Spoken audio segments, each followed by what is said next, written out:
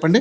అంటే ఇప్పుడు నిజంగానే వాళ్ళు అన్న ఒక మాటను మనం బేరేజ్గా తీసుకుంటే వాళ్ళ నిస్సహాయత ఈరోజు ఆ పరిస్థితి అలా తీసుకొచ్చింది. ఎందుకంటే మేము అంటే తల్లిదండ్రులుగా పిల్లల మీద ఆధారపడాల్సి వచ్చింది పరిస్థితి వస్తుంది. ఇప్పుడు ఆయన దగ్గర 60,000 రూపాయలు వచ్చినా ఇంటి ఈఎంఐకి దాదాపు 50,000 వెళ్ళిపోతుందంట. ఇక వాళ్ళ మందులకి వాళ్ళ ఖర్చు అంటే పిల్లలు కూడా ఒక రకమైనటువంటి చులకన భావంతో చూస్తున్నారు. మాకు ఎందుకు ఈ పరిస్థితి, మేము గవర్నమెంట్కి ఇంత సేవ చేశాం కదా, మాకైనా కూడా ఇటువంటి పరిస్థితి ఎందుకు వస్తుంది అనేది ఆయన క్వశ్చన్ రైజ్ చేశారు. ఫైనల్గా చెప్పండి, మరి మీరేం చెప్పాలనుకుంటున్నారు? ఇప్పుడు లాస్ట్ ఇయర్ వీళ్ళు పెట్టిన బడ్జెట్ 3,05,000 కోట్లు, 3,09,000 కోట్లు. వారు అనేది 9,000 కోట్లు, 10,000 కోట్లు అనుకున్నాం ఖర్చు. ఈ 3 లక్షల కోట్లలో ఇంకో 10,000 కోట్లు అంచనాలు పెడతాయి. సరే అమలయ్యేది ఏదన్నా 3 లక్షల పైగా ఉన్న బడ్జెట్ లో 10,000 కోట్లు అడ్జస్ట్ చేయలేరా? వాళ్ళ పాపం వృద్ధాపుల వాళ్ళ పరిస్థితి దారుణంగా ఉంటాయి. పెళ్లిళ్ళు, కుటుంబాలు, కాడికి వచ్చిందంటే షుగర్లు, బీపీలు అన్ని ఉంటాయి. ఎండు డబ్బా తీసుకోవచ్చు, నేను సెక్రటరీ దగ్గర మందాలు సస్తాం అంటుంటే ఇంకా రెస్పాండ్ అయిందా గవర్నమెంట్? రేవంత్ రెడ్డి ఏమన్నా రెస్పాండ్ అయిందా? బాధ్యత ఉండదా? బాధ్యత ఉండదా అండి? అవును, మరి ఇది ఉంది, ఇది అయింది, ఎప్పుడైనా రెస్పాండ్ అయిందా? తప్పు కాదు. వెంటనే వాళ్ళకి రెస్పాండ్ అయ్యి నేను సగమనంలో 10,000 కోట్లే కదా, 9,000 కోట్లు అంటారు, 10,000 కోట్లే కదా. 3,10,000 కోట్ల 20 కోట్లు ఈసారి పెట్టేది బడ్జెట్. దాంట్లో 10,000 కోట్లు లెక్క కాదు కదా. సంవత్సరానికి 50,000-60,000 కోట్లు అప్పులు చేస్తున్నారు. కాబట్టి వెంటనే వాళ్ళ డబ్బులు ఇవ్వాలి, మిగతా కూడా చాలా పెండింగ్ పెట్టారు కదా, చాలా పెండింగ్ పెట్టారు. ఫీజులది కానీ, రైతులది కానీ అన్ని పెండింగ్ ఉన్నాయి. మహిళలది కానీ, వృద్ధులది కానీ నువ్వు ఏది చేయకుండా మేము అప్పుడు తెలుసు వాళ్ళ మీద పెట్టడం, వాళ్ళ మీద చూపించి తప్పుకోవడం కరెక్ట్ కాదు. టైం చెప్పలేకపోతుంది ఇప్పటికి కూడా, ఇప్పుడు ఇస్తామని.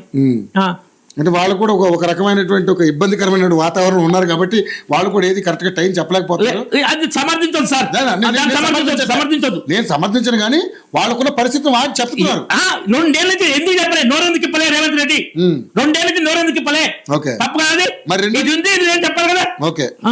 మీకు జనవరి మాట్లాడి మా ఎమ్మెల్యే కాట్పల్లి ఉంటాం, జనవరి 5 నాడు మాట్లాడు. ఇప్పుడు మార్చి 2 నెలలు అయింది. మరి ఏమైనా చెప్పాలి ఇప్పటికన్నా అసెంబ్లీ? ఇంకోటి 4 రోజులు నిరాహార దీక్ష తీసి ఆమరణ నిరాహార దీక్ష తీతామంటే ఒక్కరోజుగా దీక్షకు పర్మిషన్ ఇచ్చారు పోలీసులు. తర్వాత దేవుడు ఒకటే రోజుకి ఇచ్చారు. నిన్న చెప్పిన కాడపల్లి వెంకటరెడ్డి ఆ విషయం కూడా. ఇప్పుడు కేసీఆర్ లాగానే ఉంది రేవంత్ రెడ్డి పాలన. మార్పే లేదు, పేరు మార్చుకున్న పాలన అని, కానీ మార్పు లేదు.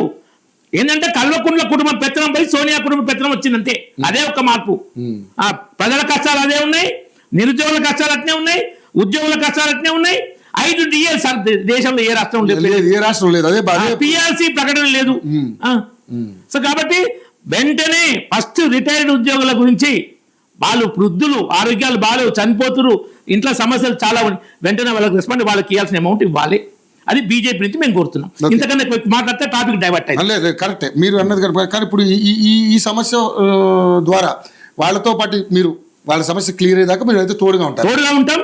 మేము అసెంబ్లీలో కూడా మా ఎమ్మెల్యేలు బాధ్యతగా మాట్లాడుతున్నారు. కాంగ్రెస్ ఎమ్మెల్యే మెచ్చుకుంటూ బీజేపీ వాళ్ళు అసెంబ్లీలో బాధ్యతగా ఉండరు, ప్రతిపక్షం కాదు. ఆ వీడియోలు కూడా ఉన్నాయి. బీఆర్ఎస్ వాళ్ళ కంటే కూడా రాజకీయంగా విమర్శ చేస్తారు, బాయ్కాట్ చేస్తారు. కానీ మేము ఎప్పుడు బాయ్కాట్ చేయలే. మేము అన్పార్లమెంటరీ వాళ్ళే. మేము నువ్వెంత నేను చాలా డ్రామాలు చేయలే. మేము ఎప్పుడు కాడపల్లి వెంకటరెడ్డి ఎన్నోసార్లు చెప్పారు, ఆ అసెంబ్లీ మేము కొత్తగా వచ్చిన మీరు చేస్తే మేము ఏం నేర్చుకోవాలి, డిగ్నిఫైడ్ గా మాట్లాడతాం అని చెప్తారు. మంత్రులు కూడా అవునన్నారు, అమలు లేదు. ఓకే, చూద్దాం. ఎందుకంటే ఇది మామూలుగా అసెంబ్లీ అంటేనే రకరకాల అంశాలు సార్, తప్పది, అది ఉండకూడదు, ఆ సాంప్రదాయం ఉండకూడదు. ఆ సాంప్రదాయం కొనసాగుతా ఉంది. ఏదేమైనా నిజంగానే విశ్రాంతి ఉద్యోగుల యొక్క సమస్యలు ఈ ప్రభుత్వం పట్టించుకోవాలి. ప్రధాన ప్రతిపక్షమైనటువంటి బీఆర్ఎస్ డిమాండ్ చేస్తూ ఉంది, అండ్ బీజేపీ కూడా తెలంగాణ రాష్ట్రంలో వాళ్ళు కూడా డిమాండ్ చేస్తూ ఉన్నారు. ఏదేమైనా దాదాపు వాళ్ళకి మా అంటే అంత పెద్ద 9,000 కోట్లు ఈ బడ్జెట్లో అన్న వాళ్ళకి ఆ అమౌంట్ని అలాట్ చేస్తే వాళ్ళ జీవితాలు బాగుంటాయి. దాదాపు ఇప్పటికే 73 మంది చనిపోయారు.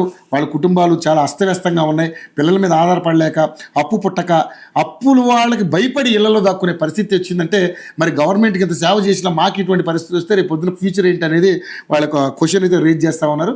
సో దయచేసి రేవంత్ రెడ్డి గారు మీరు అంటే ఇప్పుడు ప్రతినిధిగా కాంగ్రెస్ ప్రతినిధి వచ్చినప్పటికీ కూడా ఆయన ఎంతసేపు మన సానుకూలంగా స్పందిస్తాం, వాళ్ళకి ఎటువంటి అన్యాయం జరగదు చెప్తా ఉన్నారు. అంటే మరి వాళ్ళ పరిస్థితి ఇప్పుడు ఏదంటే రేవంత్ రెడ్డి గారు మీరు దీని మీద మాట్లాడాలి.